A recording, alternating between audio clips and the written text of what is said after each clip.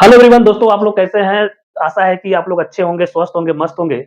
दोस्तों, जैसा कि साइंस में टॉपिक चल रहा था, अवतल दर्पण किसे कहते हैं, उत्तल दर्पण किसे कहते हैं, गोली दर्पण किसे कहते हैं, गोली दर्पण के प्रकार और गोली दर्पण अवतल उत्तल दर्पण में अंतर, ये सभी जब हम लोग पढ़ चुके, तो अब हम लोग जो है पढ़ेंगे गोली दर्पण से प्रतिबिंब बनाने के नियम। ये बहुत इंपॉर्टेंट है। जब तक हम ये नियम नहीं जानेंगे प्रतिबिंब बनाने के, तब तक हम किसी भी वस्तु का प्रतिबिंब हम नहीं बना पाएँगे, चाहे अवतल दर्पण से, चाहे उत्तल दर्पण से।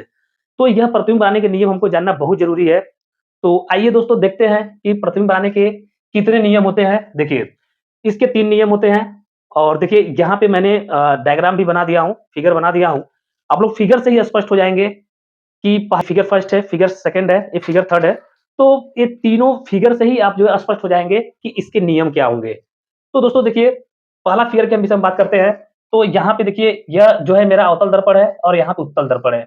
यह कॉन्केव मिरर और कॉन्वेक्स मिरर। तो दोस्तों देखिए, पहले हम इसके परिभाषा की बात करेंगे। जितना भी आप वीडियो मेरा देखे होंगे, सब में पहले हम अवतल दर्पण, उत्तल दर्पण के डेफिनिशन के विषय में पहले बताता हूँ, क्योंकि यह जानना बहुत ज़रूरी है कि अवतल दर्पण, उत्तल दर्पण क्या होता है, किसे कहते हैं।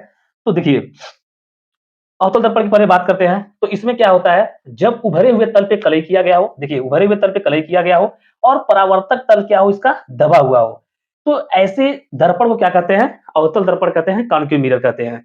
और देखिए दोस्तों, यहाँ पे ये मुख्य अक्ष होता है, मुख्य अक्ष है और मुख्य अक्ष जिस दर्पण के द्वारक के जिस बिंदु पे मुख्य अक्ष टकराता है, वहां पे जो है हमारा ध्रुव होता है और ध्रुव ध्रुव के बाद जो है मेरा फोकस होगा, सेंटर होगा। यह सभी जो है मुख्य अक्ष पे स्थित होते हैं। तो यह पहला नियम यही होता है, जब भी कोई भी प्रकाश की किरण मुख्य अक्ष के समांतर, देखिए यह मेरा क्या है, मुख्य अक्ष है, मुख्य अक्ष के समांतर जब भी कोई भी प्रकाश की किरण अवतल दर्पण पे पड़ता है, तो वह परावर्तन होने के बाद मुख्य फोकस से होकर के जाता है। आप देखिए, यहाँ से यह मेरा मुख्य अक्ष है, ये मुख्य अक्ष है, मुख्य अक्ष के समांतर ये प्रकाश की किरण आपतित हो रही है। आपतित होने, देखिए यह एरो यह बता रहा है कि प्रकाश किरण आ रही है और यहाँ से जब ये अवतल दर्पण से टकराया, तो परावर्तित होकर के कहाँ से होकर के गया, मुख्य फोकस से होकर गया। तो यह तो दोस्तों मेरा जो है पहला नियम है अवतल दर्पण के लिए। लेकिन वही चीज उत्तल दर्पण के लिए क्या होता है, जब भी कोई भी प्रकाश की किरण मुख्य अक्ष के समांतर आपतित होती है, तो वह परावर्तन के बाद मुख्य फोकस की ओर से जाती हुई प्रतीत होती है। देखिए यहाँ से ये जो है आपतित हुआ उत्तल दर्पण पे और परावर्तित होकर के इस तरह से, देखिए ऐसा हमको प्रतीत हो रहा है कि यह मुख्य फोकस से जा रही है।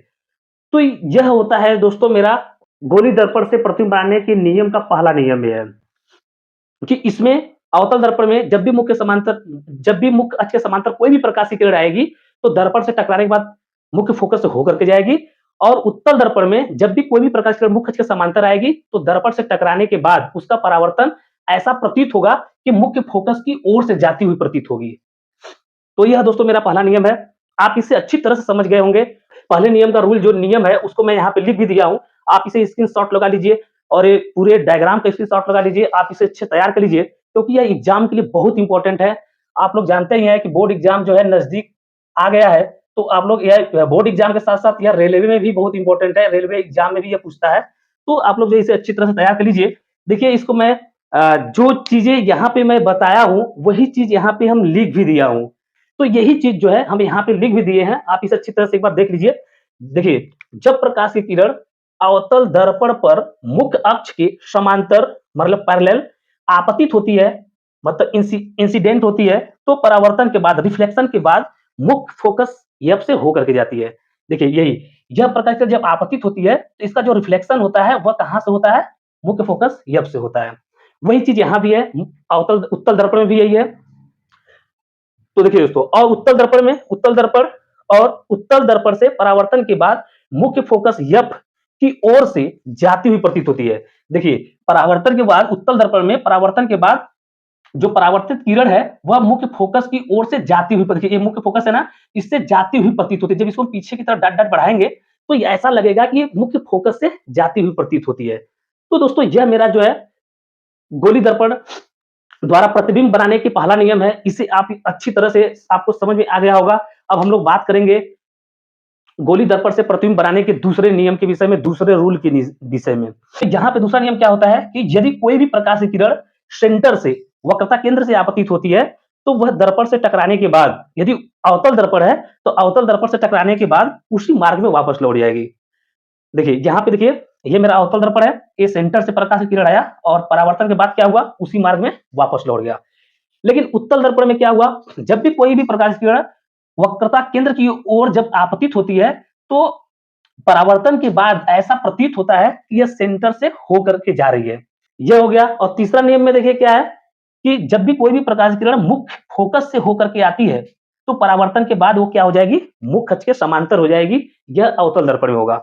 लेकिन उत्तल दर्पण में क्या होता है, देखिए फोकस की ओर, देखिए इसमें क्या हो रहा है, फोकस की ओर आते हुए प्रतीत होने वाली प्रकाश की किरण उत्तल दर्पण में मुख्य फोकस की ओर आती हुई प्रतीत होने वाली प्रकाश की किरण परावर्तन के बाद मुख्य अक्ष के समांतर हो जाएगी।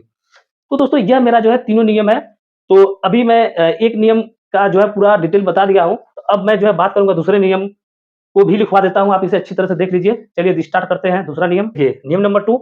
तो यह क्या होता है, यह हम लोग जो है पहला फिगर पढ़ चुके हैं। तो अब देखिए दूसरे फिगर नंबर 2 में देखिए, यह मेरा अवतल दर्पण है, यह उत्तल दर्पण है। मैं बताया था अवतल दर्पण क्या होता है कि जब उभरे हुए तल पे कलई किया गया हो और परावर्तक तल क्या हो, दबा हो, तो क्या क्या होता है, अवतल दर्पण होता है, कॉन्केव मिरर होता है। और उत्तल दर्पण क्या होता है, जब उभरा हुआ तल परावर्तक तल हो, देखिए यह उभरा हुआ तल है, यह परावर्तक तल है, और दबे हुए तल पे कलई किया गया हो, तो यह क्या होता है, कॉन्वेक्स मिरर होता है, उत्तल दर्पण होता है। तो दोस्तों देखिए दूसरा नियम यही है। देखिए जब प्रकाश की किरण अवतल दर्पण के वक्रता केंद्र सी से आपतित होती है, तो परावर्तन रिफ्लेक्शन के बाद उसी मार्ग में वापस लौट जाती है। और उत्तल दर्पण से परावर्तन के बाद वक्रता केंद्र सी से जाती हुई प्रतीत होती है। देखिए दोस्तों, यह देखिए जब भी दूसरे नियम में यही होता है कि जब भी कोई भी प्रकाश की किरण वक्रता केंद्र सी से आपतित होती है, देखिए यह प्रकाश किरण आ रही है, वक्रता केंद्र सी से आ रही है, तो जैसे ही अवतल दर्पण से टकराया, टकराने के बाद उसी मार्ग में क्या हुआ, वापस लौट गया। यह एरो यह इंडिकेट करता है कि देखिए ये आती हुई प्रतीत हो रही है और टकरा करके यह एरो क्या कर रहा है, जाती हुई प्रतीत हो रही है। तो यहां से क्या हुआ, अवतल दर्पण में जब भी कोई भी प्रकाश किरण आपतित होती है वक्रता केंद्र से, तो टकराने के बाद परावर्तन उसी मार्ग में वापस लौट जाती है। और उत्तल दर्पण में क्या होता है, जब भी कोई भी प्रकाश की किरण वक्रता केंद्र की ओर आती हुई प्रतीत होती है, तो परावर्तन के बाद उसी मार्ग में वापस लौट जाती है। देखिए यहाँ पे क्या हो रहा है, ये प्रकाश की किरण वक्रता केंद्र की ओर आती हुई प्रतीत हो रही है और परावर्तन के बाद क्या हुआ, उसी मार्ग में वापस लौट गई। दूसरा नियम ये है। तो यह दोस्तों आपको अच्छी तरह से समझ में आ गया होगा दर्पण द्वारा प्रतिबिंब बनाने का पहला नियम क्या होता है और गोली दर्पण से प्रतिबिंब बनाने का दूसरा नियम क्या होता है। यह आपको अच्छी तरह समझ में आ गया होगा। एक बार मैं फिर से आपको रिपीट कर देता हूं। देखिए पहला नियम में मैं बताया था कि जब भी कोई भी प्रकाश की किरण अवतल दर्पण में मुख्य अक्ष के समांतर आता है, तो दर्पण से टकराने के बाद मुख्य फोकस से होकर के जाएगा। और उत्तल दर्पण में क्या होता है, कोई भी मुख्य अक्ष के समांतर प्रकाश किरण आता है, परावर्तन के बाद मुख्य फोकस की ओर जाती हुई प्रतीत होती है। देखिए यहां से मुख्य अक्ष के समांतर आया और ऐसा हमको प्रतीत हो रहा है कि परावर्तन के बाद जब भी कोई भी प्रकाश किरण मुख्य अक्ष के समांतर आपतित होती है उत्तल दर्पण में, तो परावर्तन के बाद ऐसा प्रतीत होता है कि मुख्य फोकस से आती हुई प्रतीत होती है। देखिए यह एरो जो है आने वाली प्रकाश किरण है और ये क्या हो रही है, जाने वाली प्रकाश की किरण है, परावर्तित होकर जाने वाली प्रकाश किरण है। तो ऐसा ही प्रतीत हो रहा है, जब हम इसको पीछे की तरफ बढ़ाते हैं तो ऐसा ही प्रतीत हो रहा है कि फोकस से जाती हुई प्रतीत होती है। और दूसरा नियम में मैंने क्या बताया कि जब भी कोई भी प्रकाश की किरण वक्रता केंद्र सी से आती है, तो वह दर्पण से परावर्तन के बाद वह उसी मार्ग में वापस लौट जाएगी अवतल दर्पण में। और उत्तल दर्पण में क्या होती है, जब भी कोई भी प्रकाश किरण उत्तल दर्पण वक्रता केंद्र सी की ओर आपतित होती है, तो परावर्तन के बाद ऐसा प्रतीत होता है कि वह वक्रता केंद्र सी से वापस लौट जा रही है। अब दोस्तों मैं बात करूंगा रूल नंबर 3 क्या होता है, गोली दर्पण से प्रतिबिंब बनाने का रूल नंबर 3 क्या होता है। चलिए आइए उसको देखते हैं। चलिए दोस्तों, गोली दर्पण से प्रतिबिंब बनाने का तीसरा नियम क्या होता है। देखिए तीसरा नियम में क्या होता है कि जब प्रकाश की किरण, देखिए जब प्रकाश की किरण अवतल दर्पण के मुख्य अक्ष, जब प्रकाश की किरण अवतल दर्पण के मुख्य फोकस यफ से आपतित होती है, यफ से आपतित होती है, तो परावर्तन के बाद मुख्य अक्ष के समांतर हो जाती है। देखिए यहां पे मेरा अवतल दर्पण है, जब ये प्रकाश की किरण मुख्य फोकस से आपतित हो रही है, तो परावर्तन के बाद ये क्या हो रहा है, ये मुख्य अक्ष मेरा है, मुख्य अक्ष से क्या हो रहा है, समांतर हो जा रहा है। जब भी कोई भी प्रकाश की किरण यदि मुख्य अक्ष से आपतित होती है, तो अवतल दर्पण में परावर्तन के बाद वह मुख्य अक्ष के समांतर हो जाएगी।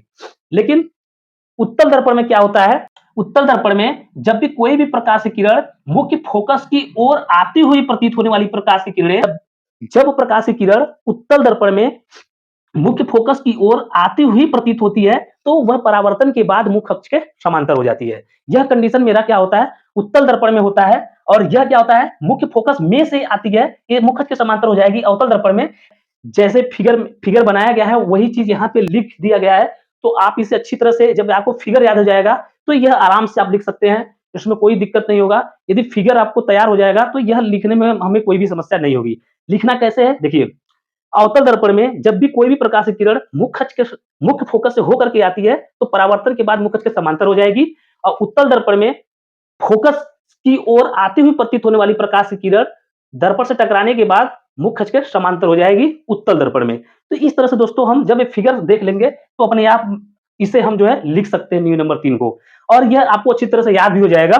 और देखिए, यह तीनों नियम में से कोई 2 नियम, चाहे किसी भी 2 नियम को लगा करके किसी भी वस्तु का हम प्रतिबिंब बना सकते हैं। यदि आपको यह नियम नहीं तैयार रहेगा, नहीं जानेंगे, नहीं पता रहेगा, तो आप किसी भी वस्तु का प्रतिबिंब नहीं बना सकते हैं। तो आप जो है इसे अच्छी तरह से तैयार कर लीजिए तीनों नियम को। तीनों नियम में से किसी 2 नियम को लगा करके किसी भी वस्तु का प्रतिबिंब आप बना लेंगे आसानी से। तो एक बार मैं इस फिगर से तीनों नियमों को मैं बता देता हूं, आप इसे अच्छी तरह से तैयार कर लीजिएगा। देखिए, नियम नंबर 1 में अवतल दर्पण में देखते हैं। देखिए, अवतल दर्पण में क्या है, मुख्य अक्ष के समांतर आपतित होने वाली प्रकाश की किरण परावर्तन के बाद मुख्य फोकस से होकर के जाती है। उत्तल दर्पण में क्या होता है, मुख्य अक्ष के समांतर आपतित होने वाली प्रकाश की किरण परावर्तन के बाद मुख्य फोकस की ओर से आती हुई प्रतीत होती है। देखिए, यहाँ पे लिखा दिया गया है कि मुख्य फोकस से आती हुई प्रतीत हो रही है। तो यह दोस्तों नियम नंबर 1 है। नियम नंबर 2 की बात करते हैं। जब भी कोई भी प्रकाश की किरण वक्रता के सी से आती है, दर्पण से टकराने के बाद उसी मार्ग में वापस लौट जाएगी अवतल दर्पण में।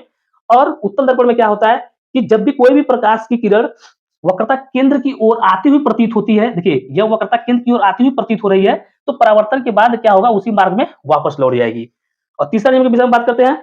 जब भी कोई भी प्रकाश की किरण मुख्य फोकस से होकर के आती है, तो दर्पण से टकराने के बाद मुख्य अक्ष के समांतर हो जाएगी। यह अवतल दर्पण में होता है।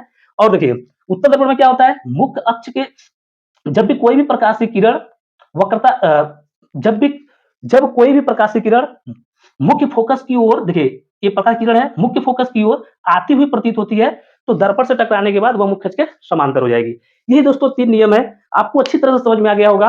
आप इसे तीनों नियम को तैयार कर लीजिए, किसी भी 2 नियम को लगा करके आप किसी भी वस्तु का अच्छे से प्रतिबिंब बना सकते हैं। यह बहुत इंपॉर्टेंट है। अब मैं अगला टॉपिक जो हम लोग पढ़ेंगे, तो वह होगा प्रतिबिंब, उत्तल दर्पण द्वारा प्रतिबिंब के बनना और अवतल दर्पण द्वारा प्रतिबिंब के बनना। तो अवतल दर्पण द्वारा जो प्रतिबिंब बनता है, वो 6 प्रकार से बनता है। इसी तीनों नियमों में से किसी 2 नियम को लगा करके हम जो है 6 प्रकार से प्रतिबिंब बनाएंगे। तो यह बहुत इंपॉर्टेंट अगला टॉपिक होने वाला है। आप इस ये भी बहुत इंपॉर्टेंट है, आप इसे बहुत अच्छी तरह से याद कर लीजिएगा तीनों नियम को, क्योंकि इसी तीनों नियमों में से 2 नियम लगा करके हम सभी प्रतिबिंब बनाएंगे। तो दोस्तों आपको अच्छी तरह समझ में आ गया होगा।